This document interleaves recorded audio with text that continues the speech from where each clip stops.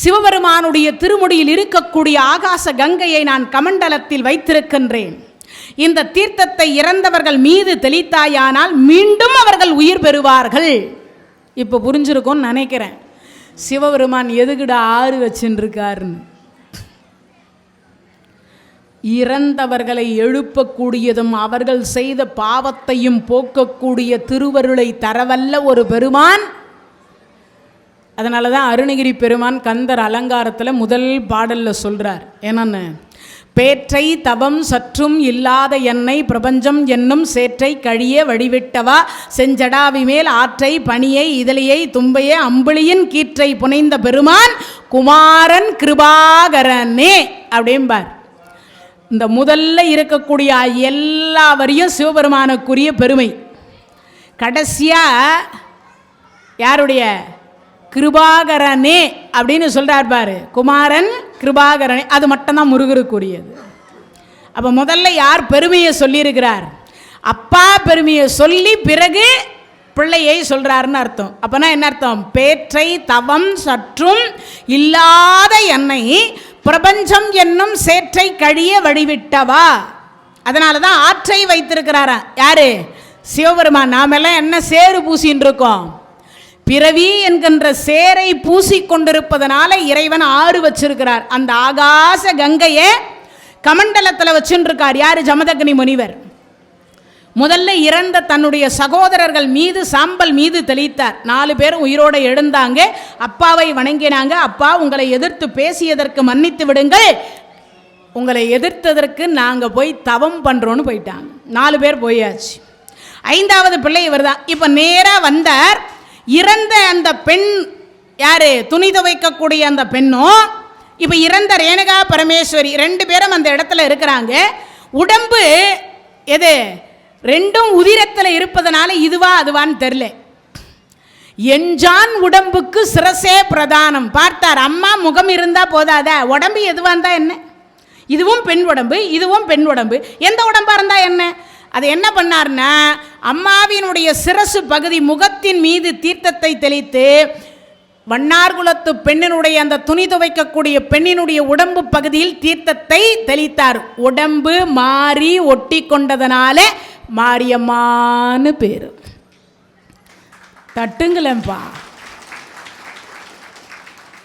என்ன மாரிக்கு விளக்கம் தெரியணும் இல்லையா? அந்த சிரசு மாரியம்மன் கோயில் அத்தனை கோயிலையும் என்ன பண்ணியிருப்பாங்க? இந்த சிரசு பகுதி மட்டும் முன்னாடி வச்சுருப்பாங்க, பின்னாடி உருவ சிலை வச்சுருப்பாங்க. அதுக்கு என்ன அர்த்தம்? பின்னாடி இருக்கக்கூடிய உருவத்தில் வேறொரு பெண்ணினுடைய உடம்பு சேர்ந்திருப்பதனால இந்த ஒரிஜினல் அப்படின்னு சொல்லக்கூடிய உண்மையான உருவம் இது மட்டும்தான். அதனால் முதல் தீபாராதனை அதுக்கு பின்னாடி தான் அந்த சிலைக்கு. அப்படிப்பட்ட ஒரு சிறப்புக்கு உரிய பரசுராமர் தன் தாயினுடைய தலையை வெட்டி அப்பாவினுடைய வார்த்தையை கேட்டுட்டு அந்த பாவத்தை போக்கும் விதமாக கேரள மாநிலம் என்று சொல்லக்கூடிய இடத்தில் சென்று தவம் இருந்து பம்பா நதிக்கரை அப்படின்னு சொல்லக்கூடிய அந்த நதிக்கரையிலே ஒவ்வொரு நாளும் உட்கார்ந்து அந்த பகவதி என்கின்ற நாமத்தை சொல்லி அந்த அம்பாளுக்கு கோயில் கட்டி என்ன பண்ணார்? பூஜை செய்தார். என்ன பண்ணாரு? பூஜை செய்தார். அதில் இன்னும் கொஞ்சம் வரலாறு இருக்கு. என்னது? அந்த உடம்பு மாறி ஒட்டி கொண்டதல்லவா, அந்த அம்மையாரை கூட்டிட்டு வந்து நேராக ஜமதக்னி முனிவர்கிட்ட கொடுத்தார். அப்பா, எனக்காக தாயை ஏற்றுக்கொள்ளுங்கள். அப்போ சொன்னார், அப்பா உன் தாய் பதிவிரதா தர்மம் கெட்டு போயிட்டது. அப்பா முன்பு வேண்டுமானால் கெட்டு இருக்கலாம், ஆனால் இப்போ அவள் இறந்து மீண்டும் உயிர் பெற்று வந்திருக்கிறாள். அது மட்டும் இல்லை, ஒரு கன்னி பெண்ணினுடைய உடம்பு அந்த உடம்பில் ஒட்டி கொண்டிருக்கிறது. எஞ்சான் உடம்புக்கு சிரசே பிரதானம். முகம் அம்மாவுடையது, உடம்பு வேறொரு கன்னி பெண்ணினுடையது. இதயம்தானே நினைத்தது, அந்த இதயம் இப்பொழுது அம்மா இடத்தில் இல்லை. இப்போ அம்மா இடத்துல அந்த இதயம் இல்லை, வேறொரு இதயம் புதியதாக இருக்கு. அதனால அது தூய்மையான இதயம். நீங்க ஏற்றுக்கொள்ளுங்கள். பரசுராம, நான் சொன்னேன் என்கின்றதற்காக தாயையே வெட்டினாயே, நீ சொல்லுவதை நான் ஏற்றுக்கொள்ளுகிறேன். அன்றைய தினத்திலிருந்து மீண்டும் இல்லறம் நடக்குது. அப்படி நடந்து வருகிற பொழுது தாயினுடைய தலையை வெட்டிவிட்ட பாவத்திற்கு அவர் இமயமலைக்கு போய் தவத்துக்கு போயிட்டார். அப்படி தவத்திற்கு போனதற்கு பிறகுதான் இங்க அந்த நாட்டை ஆளக்கூடிய மன்னன் கார்த்தவீரிய அர்ஜுனன் என்பது அவனுடைய பெயர். அவன் வேட்டைக்கு வரான். பகல் 12 மணி வரைக்கும் எந்த உணவும் கிடைக்கல. மந்திரி கிட்ட கேட்டான், பசிக்குது, ஏதாவது சாப்பாடு கிடைக்குமா, இங்கே ஏதாவது ஒரு நல்ல ஹோட்டல் கிடைக்குமா? இப்போ பாணியில் சொல்கிறோம். அப்போ அந்த மந்திரி சொன்னார், இங்கு ரேணுகா பரமேஸ்வரியினுடைய ஆசிரமம் இருக்கிறது, அறுசுவை உணவை தருவார்கள், உங்கள் அப்பா காலத்திலிருந்தே நாங்கள் இங்கே தான் சாப்பிடுவோம். வந்தா சரி, அப்படியா, போலாமா? போலாம். போன உடனே இவ்வளவு பேர் வந்திருக்கிறாங்க. காமதேனு படைப்பாயாக, அது அறுசுவை உணவை படைச்சது. அதை அப்படி உண்டவனுக்கு இதுவரைக்கும் நம்ம அரண்மனையில் இல்லாதது எதுவும் இல்லை. என்ன இருக்கு? பாதாம் இருக்குது, பிஸ்ஸா இருக்குது, முந்திரி இருக்குது, நெய் இருக்குது, பருப்பு இருக்குது, எல்லாம் இருக்குது. ஆனால் இந்த சுவை இல்லை. இப்போ ஒரு கேள்வி வரும் எல்லாருக்கும், சுவை எப்படி? உப்பு, காரம், புளிப்பு, இது மூணும் அதிகரித்து இருந்தால் 2 பொருள் சேர்த்திங்கன்னா சமம் அளவாகிடும். அது சாம்பாராக இருக்கலாம், கார குழம்பாக இருக்கலாம், வத்த குழம்பாக இருக்கலாம், இல்லை கீரை குழம்பாக இருக்கலாம், எந்த பொருளானா இருக்கலாம். 2 பொருள். பெண்கள் சமையல் பண்ணுறவங்க தானே, யாருன்னா சொல்லுங்கள் அந்த பொருள், 2 பொருள் என்னதுன்னு.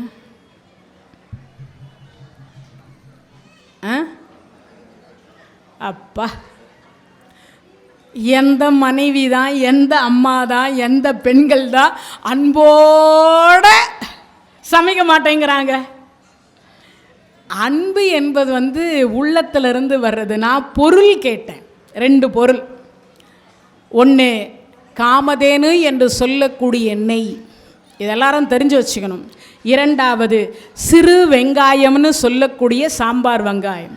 இது 2ஐயும் ஒரு பிடி வெங்காயம், ஒரு கிண்ணம் நிறைய எடுத்து வச்சுக்கிட்டு கொஞ்சம் ஒரு 2 தேக்கரண்டி நெய்யை விட்டு இந்த சாம்பார் வெங்காயத்தை அதில் வதக்கி, நீங்கள் சாம்பாராக இருக்கலாம், ரசமாக இருக்கலாம், குழம்பாக இருக்கலாம், எந்த பொருளாக இருந்தாலும் அதில் இதை சேர்த்துட்டிங்கன்னா சுவையும் கூடும், புளிப்பு தெரியாது, உப்பு தெரியாது, காரம் தெரியாது. அதுக்கு பேர் தான் என்னது?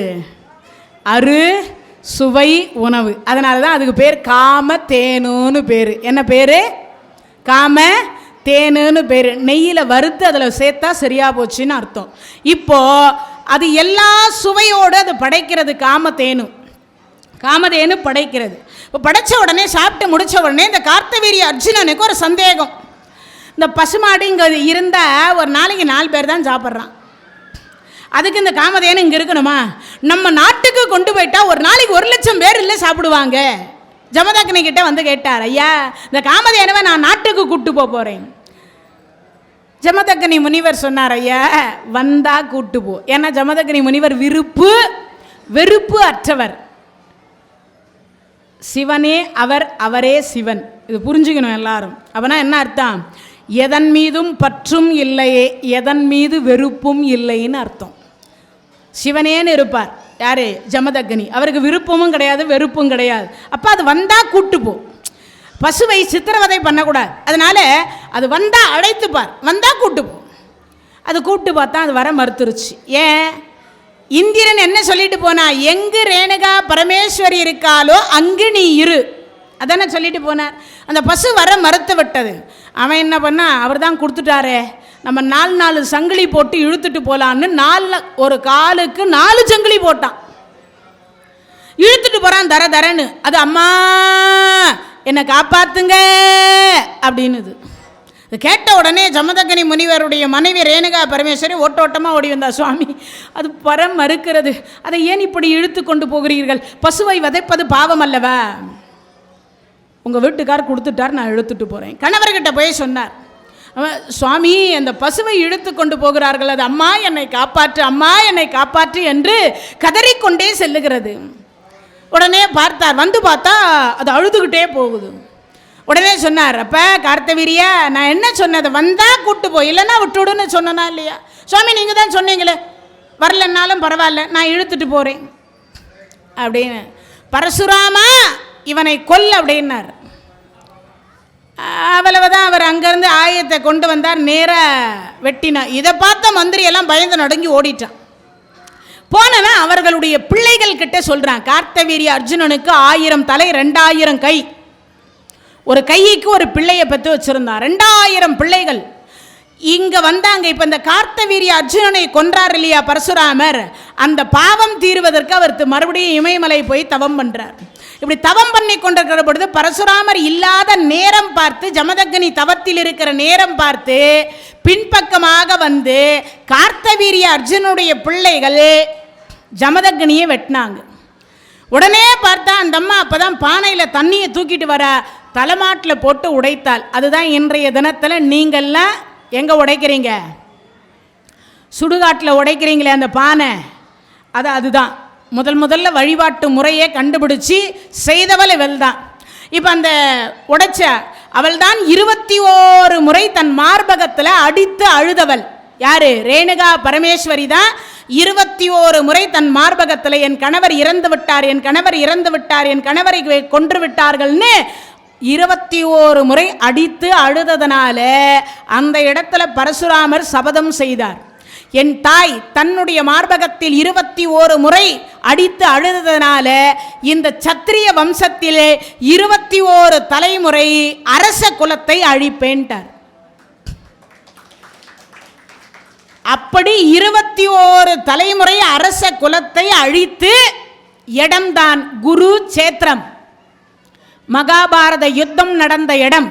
அந்த இடத்துல சமந்தக பஞ்சக மடு 5 கடலை உற்பத்தி பண்ணார். அந்த 21 தலைமுறை அரசர்களை கொன்று கொன்று கொன்று நாமெல்லாம் தண்ணி ஊற்றி எள்ளும் தண்ணியும் தான் நம்ம அப்பா தாத்தா பாட்டி மூதாதையர்களுக்கு திதி கொடுப்போம். அவர் அப்படி அல்ல, கையில் எள்ள வச்சுக்கிட்டு உதிரத்தை ஊற்றி தாரை வார்த்தார்.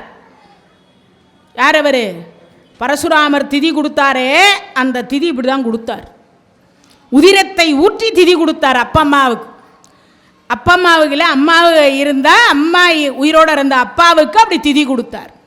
அப்படிப்பட்ட பரசுராமர் 21 தலைமுறை அழிக்கிறார். அதில் ராமபெருமான் வரார்.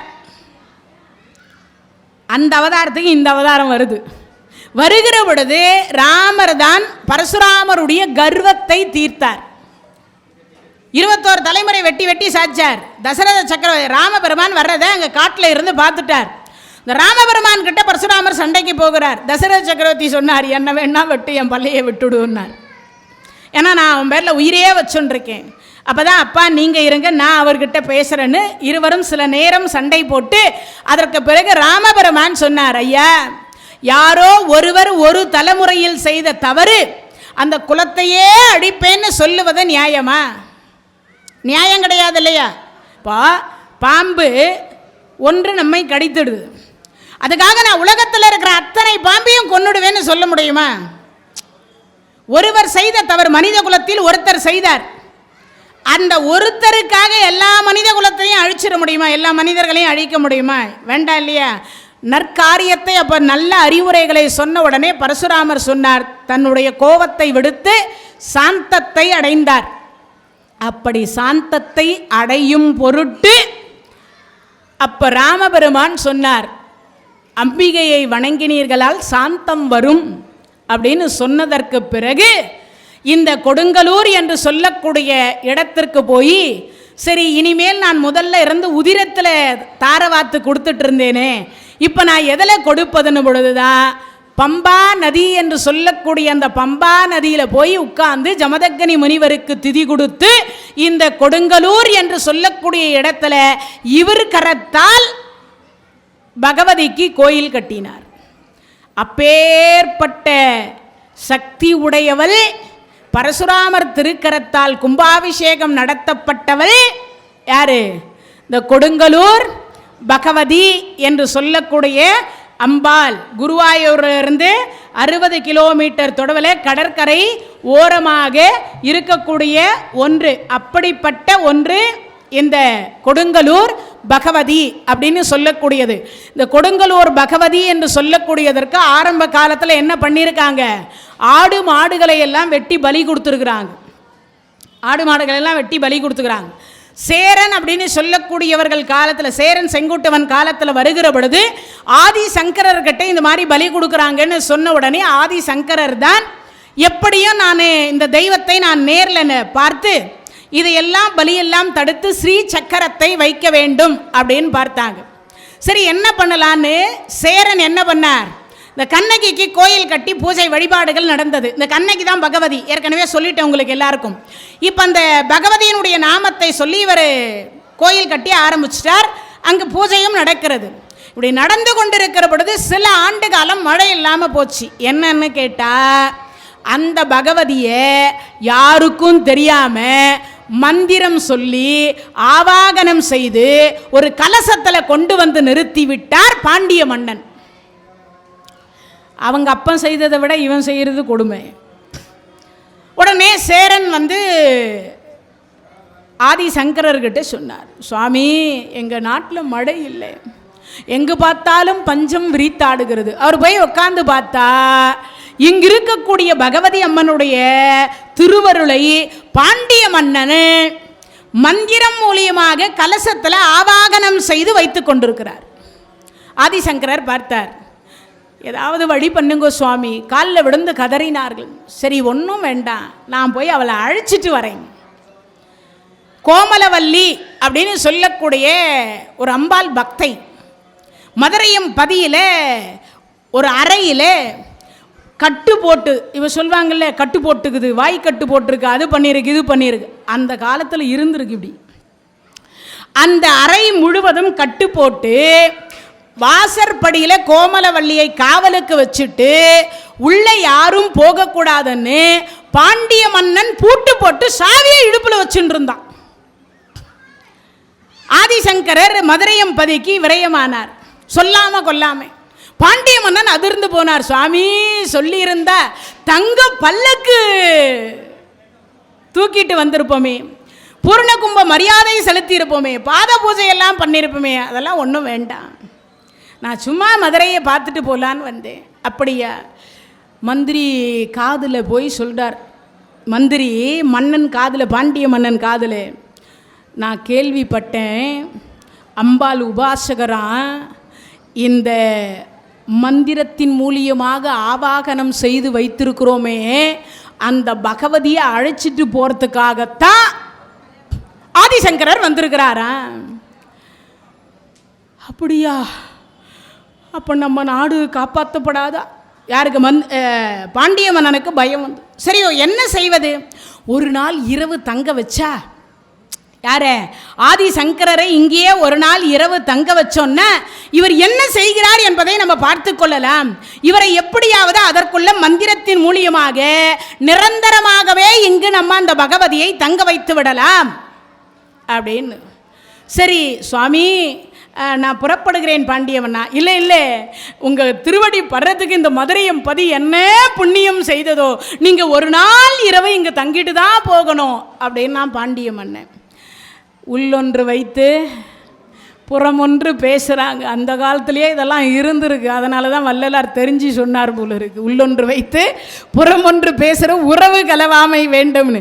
ஆதிசங்கரருக்கு தெரியாத? உடனே பார்த்தார், மகா பெரியவாச்சு, அவருக்கு தெரியாத? அவர் என்ன பண்ணார்? பார்த்தா, ஆஹா, இவன் இதை தான் நினச்சிட்டு இருக்கான்னு பட. இரவு 12 மணி, இந்த கோமலவல்லி தூங்காமல் கண் விழிச்சிட்ருக்கா. அந்த அறை பார்த்தா, அந்த அறையில் இருவர் பேசிக்கொள்ளக்கூடிய வார்த்தை கேட்குது. யாருக்கு? இந்த கோமலவல்லிக்கு. சாவி போடுவாங்கல்ல, அந்த துவாரத்தின் வழியாக கண்ணை வச்சு பார்க்குறான். பார்த்தா அரு உருவமாக அந்த பகவதியும் ஆதிசங்கரரும் பேசி கொண்டிருக்கிறாங்க. இதை இவ காதில் கேட்குறா. சாவி அவர்கிட்ட இருக்குது, பூட்டு பூட்டின மாதிரியே இருக்குது. இவர் எப்படி போயிருப்பாரு? பேசிக்கிறாங்க ரெண்டு பேரும். பேசிக்கிட்டதை இதை கேட்டுட்டா, எப்படியும் இந்த பகவதியை நாம் பார்க்காம விடக்கூடாது, இவ்வளவு நாள் நாம் பக்தியோடு இருந்திருக்கிறோமே அப்படின்னு நினச்சி என்ன பண்ணிடுறா, சரி இவர் வெளியில் வரும் பொழுது அவர் பாதத்தில் விழுந்து, சுவாமி அந்த அம்மாவை நான் பார்க்கணும்னு பிரார்த்தனை பண்ணா, எப்படியும் அந்த அம்மாவை நம்ம பார்த்துருவோம்னு இந்த அம்மாவுக்கு ஆசை. யாருக்கு? கோமலவல்லிக்கு. இந்த ஆசைப்பட்ட அடுத்த வினாடி பார்த்தார். அதே சாவி துவாரத்தின் வழியாக ஆதிசங்கரர் வெளியில் வரார். இந்த அம்மா என்ன பண்ணா, அந்த துவாரத்தின் வழியாக வர்றதை பார்த்துட்டு கெட்டியாக பாதத்தை பிடிச்சிட்டா. அம்மா விட்டுடு, யார் கண்ணுக்கும் தெரியாதனா உன் கண்ணுக்கு மட்டும் எப்படி தெரிஞ்சேன்? பண்டை தவம். என்ன தவம்? பண்டை தவம் அப்படின்னா என்னது? ஏதோ நான் முன் ஜென்மத்தில் பண்ண புண்ணியம் உங்கள் பாதத்தை பிடிக்கக்கூடிய பாக்கியம் எனக்கு கிடைச்சிருக்கு. குருவரில் இருந்தால் திருவருள் கிடைக்கும்னா நீ என்ன சொல்கிற? சுவாமி, நீங்கள் பார்த்த அந்த பகவதியை நானும் பார்க்கணும். அப்படியே நான் விடியற்காலை பொழுது இங்கிருந்து புறப்படுகிற பொழுது என் பின்னாடி வருவேன்னு அந்த அம்மா சொல்லியிருக்கிறா. சுவாமி, அப்படின்னா நான் எப்படி அவளை பார்க்கறது? அப்படின்னா நான் எப்படி அவளை பார்க்கறது? அவளுடைய கொலுசு சத்தம் நம் இருவருக்கும் கேட்கும். அவளுடைய கொலுசு சத்தம் நம்ம இருவருக்கும் கேட்கும் அப்படின்னாங்க. நான் முன்னாடி போனால் அவள் பின்னாடி வரேன்னு சொல்லியிருக்கா. அது மட்டும் இல்லை, எக்காரணத்தை கொண்டும் திரும்பி பார்க்கக்கூடாது. எக்காரணத்தை கொண்டும் திரும்பி பார்க்கக்கூடாதுன்னு சொல்லியிருக்கா அப்படின்னார். சரி, விடியற் காலை 4:30 மணி பூஜையை முடிச்சுட்டு பிரம்ம முகூர்த்தத்தில் புறப்பட்ட மந்திரத்தில் ஆவாகனம் செய்து வைத்திருந்த பகவதி ஆதிசங்கரர் முன்னே நடக்க பின்னாடி ஜல் ஜல் ஜல் ஜல்லுன்னு ஜெகன்மோகினி மாதிரி நடந்து போகிறா. இந்த கொலுசு சத்தம் வந்துக்கிட்டே இருக்குது. இந்த காடு மலை பல நாட்கள் நடந்து நடந்து நடந்து நடந்து மதுரையம்பதியிலிருந்து கொடுங்கலூர் என்று சொல்லக்கூடிய இடத்துக்கு அந்த அம்மா வருகிற பொழுது அந்த மேட்டில் ஏறுகிற பொழுது கோமலவல்லியால் ஏற முடியல. அம்மா என்று அலறிக்கொண்டு கீழே விழுந்த பொழுது ஆதிசங்கரர் திரும்பி பார்த்தார். திரும்பி பார்த்த அடுத்த வினாடி பார்த்தா அம்பிகை என்று சொல்லக்கூடிய பகவதியினுடைய மடியில் கோமலவல்லி இருக்கிறார். பார்த்த அடுத்த வினாடி ஆதிசங்கரர் திரும்பி பார்த்துட்டார் இல்லையா? அம்மா, அந்த பகவதிக்கு யாருக்கு? கோமலவல்லிக்கு மோட்சத்தை கொடுத்துட்டா அந்த அம்மா. அங்கேயே கோமலவல்லி இருந்து விட்டாள். இப்போ அம்மா, நீங்கள் கூட எனக்கு வரேன்னு சொன்னீங்களே, நான் திரும்பி பார்க்கக்கூடாதுன்னு சொன்னனே, என்ன நடந்தாலும் நீ திரும்பி பார்த்ததுனால நான் இங்கேயே தங்கி விடுகிறேன் அப்படின்னு அந்த இடத்திலேயே கொடுங்கலூர் என்று சொல்லக்கூடிய அந்த தலத்திலேயே தங்கிவிட்டால் அந்த பகவதி. அப்பேற்பட்ட பகவதியே நாமும் வாழ்க்கையில் ஒரு முறையாவது பார்க்கணுமா வேண்டாமா? பார்க்கலனாலும் கார்ணீஸ்வரர் திருவருளாலே ஆலய உளவார தொண்டு சீர்திருத்த கூட்டத்தின் மூலியமாக அந்த நேரடி காட்சியெல்லாம் கதையின் மூலியமாவது நமக்கெல்லாம் கிடைப்பதற்கு அரிய பெரிய ஒரு வாய்ப்பு இந்த மார்கழி மாத தொடர் சொற்பொழிவு. இதை ஒருங்கிணைப்பு செய்து கொடுத்த நாகராஜன் ஐயாவுக்கு தான் மீண்டும் உங்களுடைய நன்றியை சொல்லணும். இறைவனுடைய கருணையினால் 21வது தலம், அந்த தலத்தில் ரொம்ப ரொம்ப சிறப்புக்கு உரியது. அதே போல் கொல்லூர் மூகாம்பிகை சொல்கிறோம் இல்லையா? கொல்லூர் மூகாம்பிகை, கொடுங்கலூர் பகவதி, ரெண்டு பேரும் ஒன்றுன்னு ஆராய்ச்சி சொல்லுது. கொல்லூர் மூகாம்பிகை இருக்காங்க இல்லையா, அந்த அம்பாலும் கொடுங்கலூர் பகவதி அம்பாலும் ரெண்டு பேரும் ஒருத்தரே தானா, வேற வேற கிடையாது அப்படின்னு ஆராய்ச்சியாளர்கள் சொல்கிறாங்க. அப்படிப்பட்ட சிலப்பதிகாரத்தினுடைய கண்ணகி தெய்வமாக இருக்கக்கூடிய அந்த கண்ணகி தெய்வம்தான் என்னவாக வந்தாங்க?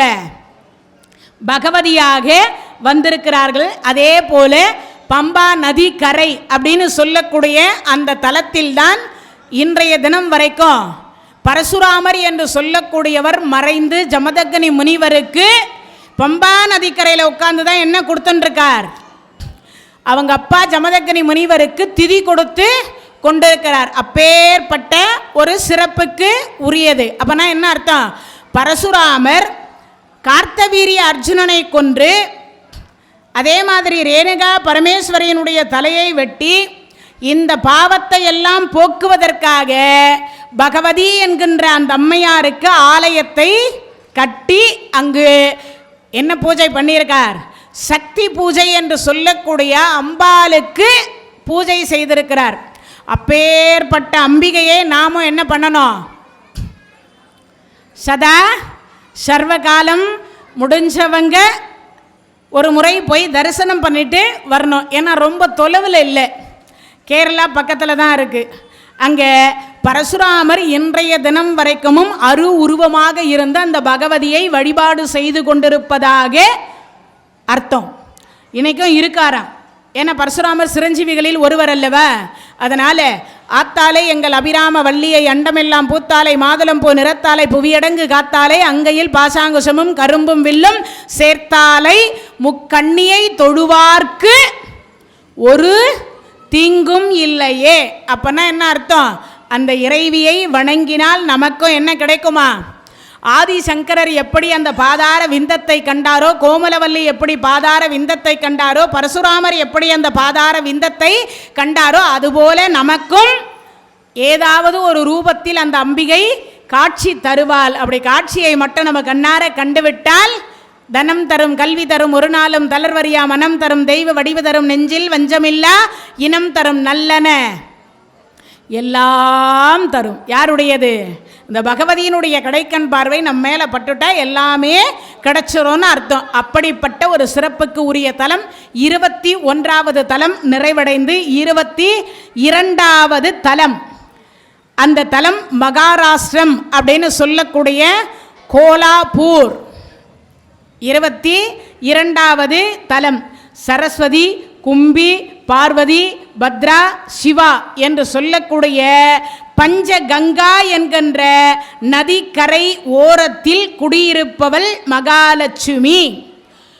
குபேரனுக்கு அதிபதியாக இருக்கக்கூடிய மகாலட்சுமி, வாரி வழங்கக்கூடிய கருணையை அளிக்கக்கூடியவள். கோலாசூரன் என்று சொல்லக்கூடியவன் தன்னுடைய வலிமையினால ஒரு அசுரன், அவன் தவம் இருக்கிறான். அப்படி தவம் இருக்கிற பொழுது பார்த்தீங்கன்னா 100 ஆண்டு காலம் மகாலட்சுமி காட்சி கொடுத்தா. 100 வருஷம் தவம் இருந்தான். அப்படி இருந்த உடனே இந்த கோலாசூரன் பார்த்தீங்கன்னா தவம் இருந்து முடித்த உடனே அம்பிகை காட்சி கொடுத்தது, என்னப்பா வரம் வேணும்? 100 வருடம் நீ இந்த தலத்தை விட்டு ஒதுங்கி இருக்கணும்ன்ட்ட. ஏண்டாப்பா இந்த தலத்தை விட்டு ஒதுங்கி இருக்கணும்னு சொல்கிறியே, எதனால் அப்படின்னு. அப்போ தான் சொல்லுகிற பொழுது உன் ஆட்சி இருக்கக்கூடாது, என் ஆட்சி இருக்கணும்னா. அவன் அசுரன். அந்த கோலாசூரன் 100 ஆண்டு காலம் மகாலட்சுமியாக இருக்கக்கூடியவள் என்ன பண்ணா? ஒதுங்கி இருந்தான். 100 வருஷம் ஒதுங்கிட்டான். அப்படி 100 வருடம் ஒதுங்கி ஓடி மறைந்திருந்ததுனால இந்த கோலாசூரன் மனிதர்களுக்கு, தேவர்களுக்கு, அனைவருக்கும், சித்தர்களுக்கு, ஞானிகளுக்கு, யோகிகளுக்கு, முனிவர்களுக்கு மிகப்பெரிய கொடுமைகள் பல செய்தான். பெரிய பெரிய கொடுமை. யாகம் கிடையாது, கோயில் கட்டுறது கிடையாது, வழிபாடு கிடையாது, அவனை தெய்வமாக வழிபாடு பண்ணணும். அது மட்டும் இல்லாமல் நிறைய கொடுமைகளை அனுபவிச்சாங்க. அப்போ அந்த 33 கோடி தேவர்கள் போய் இறைவன் கிட்ட பிரார்த்தனை செய்த பொழுது அம்பிகையாக இருக்கக்கூடியவள் சிம்ம வாகினியாக வந்து அந்த கோலாசூரனை அழித்தாள். சிவபெருமான் கார வீரனை சிவபெருமான் அழித்தார். இறக்கும் தருவாயில் இவர்கள் கேட்ட வரம் என்னன்னா, எங்களுடைய பெயரில் இந்த நகரம் விளங்க வேண்டும் அப்படின்னு கேட்டாங்க. எங்களுடைய பேரில் இந்த நகரம் விளங்க வேண்டும் அப்படின்னு கேட்டாங்க. அந்த கோலாசூரன் என்று சொல்லக்கூடிய அசுரனை அழித்ததனாலே அம்பிகையாக இருக்கக்கூடிய மகாலட்சுமிக்கு என்னது, அதாவது பார்த்தீங்கன்னா கர வீர பீடம் அப்படின்னு சொல்லுவாங்க அந்த பீடத்தினுடைய பெயர். அப்படின்னா என்ன அர்த்தம்? அதாவது கோலாசூரனுடைய தம்பி கர வீர சூரன் அப்படின்னு பேர். கோலாசூரனை மகாலட்சுமி வதம் செய்தால் அந்த கர வீர சூரனை சிவபெருமான் வதம் செய்தார். இருவரினுடைய பெயரில் தான் அந்த நகரம் விளங்குகிறது.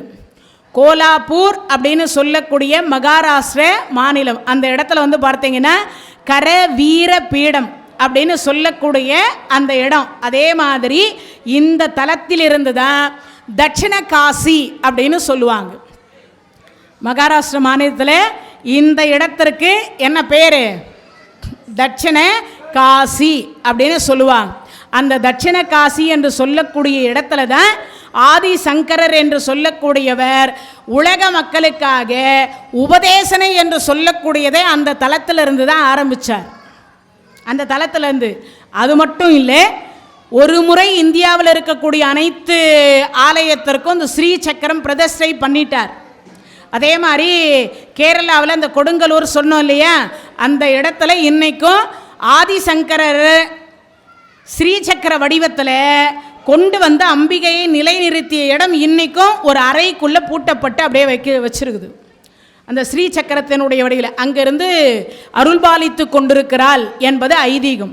அதே மாதிரி இந்த தலத்திலும் ஸ்ரீசக்கரத்தை பிரதிஷ்டை செய்துவிட்ட பிறகு இரண்டாவது முறையாக ஆதிசங்கரர் இந்த தலத்தில் இருந்துதான் இரண்டாவது முறை தன்னுடைய பயணத்தை தொடங்கினார். மகாராஷ்டிர மாநிலம் இந்த கோலாப்பூர் என்று சொல்லக்கூடிய தலத்திலிருந்து தான் என்ன ஆரம்பித்தாங்க? இரண்டாவது முறை உலகத்தில் இருக்கக்கூடிய இந்தியாவில் இருக்கக்கூடிய அனைத்து ஆலயத்தையும் இரண்டாவது முறை வலம் வருவதற்கு ஆதிசங்கரர் என்று சொல்லக்கூடியவர் நடை பயணத்தை தொடங்கிய இடம். நீங்கள் நினைக்கிற மாதிரி பல்லக்கில் கிடையாது. இப்போ ஃப்ளைட் வசதி இருக்குது, ட்ரெயின் வசதி இருக்குது, பஸ்ஸு வசதி இருக்குது, கார் வசதி இருக்குது. ஆனால் பக்கத்தில் இருக்கிற கார்ணீஸ்வரர் கோயிலுக்கு வர்றதுக்கு கூட சில பேரால் முடியல. பக்கத்தில் இருக்கிற கார்ணீஸ்வரர் கோயிலுக்கே வர்றதுக்கு முடியறதில்ல. ஆனால் ஒரு முறை இந்தியாவில் இருக்கக்கூடிய 51 சக்தி பீடத்திலையும் என்ன பண்ணார்? ஸ்ரீசக்கரத்தை வடிவமைத்து விட்டார். ஸ்ரீசக்கர ரூபத்தில் கொண்டு வந்து அம்பிகையை நிறுத்தினார். அந்த கொடுங்கலூர் பகவதி அம்மனுடைய ஆலயத்தில் கூட என்ன தடுத்து நிறுத்தினார்? இந்த ஆடு மாடுகளை எல்லாம் பலியிட்டாங்க இல்லையா, அந்த பலியை ஸ்ரீசக்கரம் வைத்ததற்கு பிறகு தடுத்து நிறுத்தினாங்க. உதிரத்தை தான் அப்படியே கொண்டு போய் அந்த கொடுங்கலூர் பகவதிக்கு சாத்துவாங்களாம். அபிஷேகமே அதில் தான் நடந்ததாம் ஒரு காலத்தில். அதுக்கப்புறம் இப்போ என்ன பண்ணுறாங்க? சிகப்பு பட்டு சாத்துறாங்க. சிகப்பு கலரில் இருக்கக்கூடிய குங்குமத்தை தான் கரைத்து அவளுக்கு அபிஷேகம் செய்யப்படுகிறது. இது தெரிஞ்சு வச்சுக்கிறதுக்காக சொல்கிறேன். அப்படிப்பட்ட ஆதிசங்கரர் என்று சொல்லக்கூடியவர் இரண்டாவது முறையாக நடைப்பயணத்தை தொடங்கியது இந்த கோலாப்பூர் என்று சொல்லக்கூடிய மகாராஷ்டிரம் அப்படின்னு சொல்லக்கூடிய 5 பஞ்ச நதிகள், சரஸ்வதி, கும்பி, பார்வதி, பத்ரா நதி. பத்ரா நதி யாருடைய தங்கை? சனீஸ்வரருடைய தங்கை பத்ரா நதி. தெரிஞ்சு வச்சுக்கணும் எல்லாருமே. பத்ரா நதி யமுனா நதியினுடைய தங்கை, சனீஸ்வரருக்கு தங்கை, யமதர்மராஜாவினுடைய தங்கை. எல்லாருமே தெரிஞ்சு வச்சுக்கணும். அப்படிப்பட்ட பத்ரா நதியும் சிவா நதி என்று சொல்லக்கூடிய நதியும் 5 பஞ்ச கங்கா அப்படின்னு சொல்லக்கூடிய நதி ஓடக்கூடிய தலம்தான் தட்சிண காசி அப்படின்னு சொல்லுவாங்க. இந்த இடத்துக்கு என்ன பேர்? தட்சிண காசி. கோலாசுரனை அந்த இடத்துல வதம் செய்ததுனா கோலாப்பூர் அப்படின்னு அவனுடைய பெயரில் கடைசியாக உயிர் பிரியறதுக்கு முன்னாடி சிவபெருமான்கிட்டையும் மகாலட்சுமி கிட்டையும் கேட்டுக்கொண்டதற்கு இணங்க இந்த 22வது தலத்தில் என்ன பண்ணாங்க? அவர்களுடைய பெயரிலேயே இந்த ஊர் விளங்கட்டும் அப்படின்னு சிவபெருமானும் மகாலட்சுமியும் ஆசீர்வாதம் என்று சொல்லக்கூடியதை செய்தார்கள். அடுத்து 23வது தலம் ஹரியானா மாநிலம் அப்படின்னு சொல்லக்கூடிய இடத்தில் இருக்கக்கூடியது நமக்கெல்லாம் ரொம்ப ரொம்ப தெரிந்த ஒரு தலம், குரு சேத்திரம். என்ன சேத்திரம்? குரு சேத்திரம் அப்படின்னு சொல்லக்கூடிய தலம். முன்பு சொன்ன கதை தான் மீண்டும் இங்கே கொஞ்சம் ரிப்பீட் ஆகும். என்னது? பரசுராமர் என்று சொல்லக்கூடியவர் ஜமதக்னி முனிவரை கொன்ற 21 அரச குலத்தை அழித்து 5 பஞ்சக மடு, மடுன்னா கடல்னு அர்த்தம், 5 கடலை உதிரமாக உற்பத்தி பண்ணி அந்த கடலுக்கு நடுவில் உட்கார்ந்து அதில் தன் தந்தைக்கு திதி கொடுத்தார். என்ன கொடுத்தார்? திதி கொடுத்தார். சமந்தக பஞ்சக மடு, பாண்டவர்கள் என்று சொல்லக்கூடியவர்கள் சண்டை போட்ட இடம் குருச்சேத்திரம். இன்னைக்கு வரைக்குமோ அங்கே குருச்சேத்திரங்க போனவங்க பார்த்துருப்பீங்க. யாரெல்லாம் குருச்சேத்திரத்துக்கு போயிருக்கீங்க? மண் எப்படி இருக்கு? சிகப்பாக இருக்கும், அது மட்டும் தெரியும். ஆனால் அங்கே ஒரு சூட்சமாக இருக்குது. என்னது?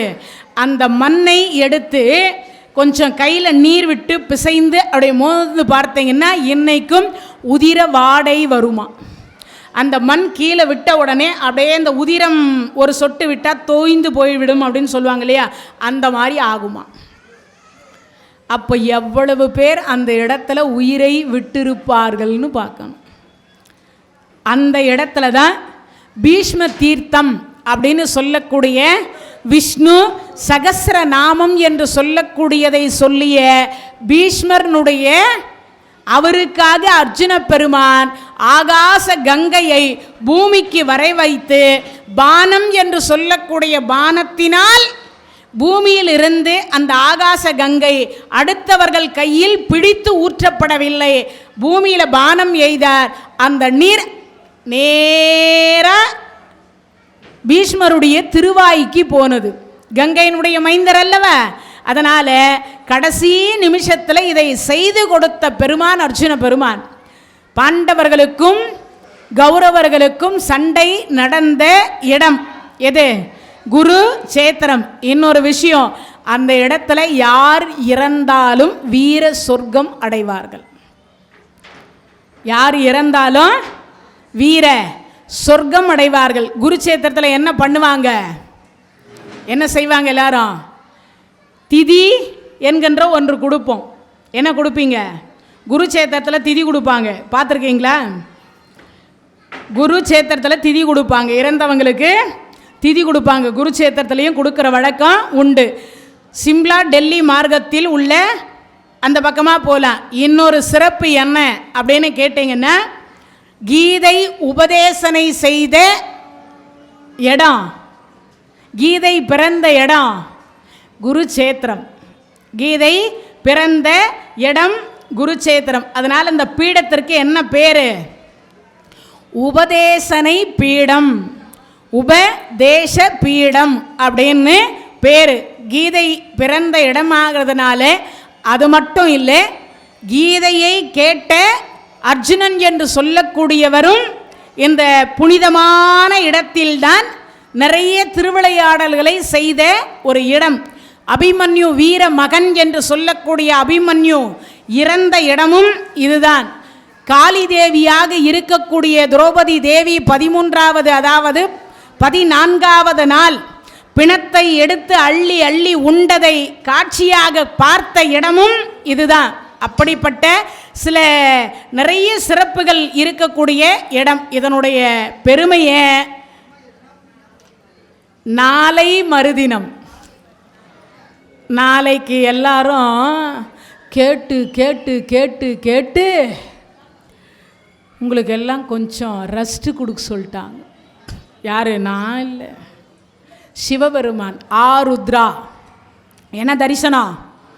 நாளைய தினத்தில் ஆருத்ரா தரிசனம் என்று சொல்லக்கூடிய நடராஜ பெருமானுக்கு அபிஷேக ஆராதனை என்று சொல்லக்கூடியது சிறப்பு அபிஷேக ஆராதனை நடைபெற இருக்கின்றதுனாலே நாளைய தினத்தில் உத்தரகோஷ மங்கையினுடைய சில சிறப்புகளும் தெரிந்து கொண்டு அதற்கு பிறகு இந்த ஹரியானா மாநிலத்தில் இருக்கக்கூடிய குருச்சேத்திரம் என்று சொல்லக்கூடிய அதனுடைய சிறப்புகளையும் நாளை மறுநாள், நாளைக்கு இல்லை, நாளைக்கு ஒரு நாள் நிகழ்ச்சி இல்லை, நாளைய தினத்தில் நீங்கள்லாம் சிவபெருமான நடராஜ பெருமான தரிசனம் செய்து தரிசித்தா யாரை தரிசிக்கணும்?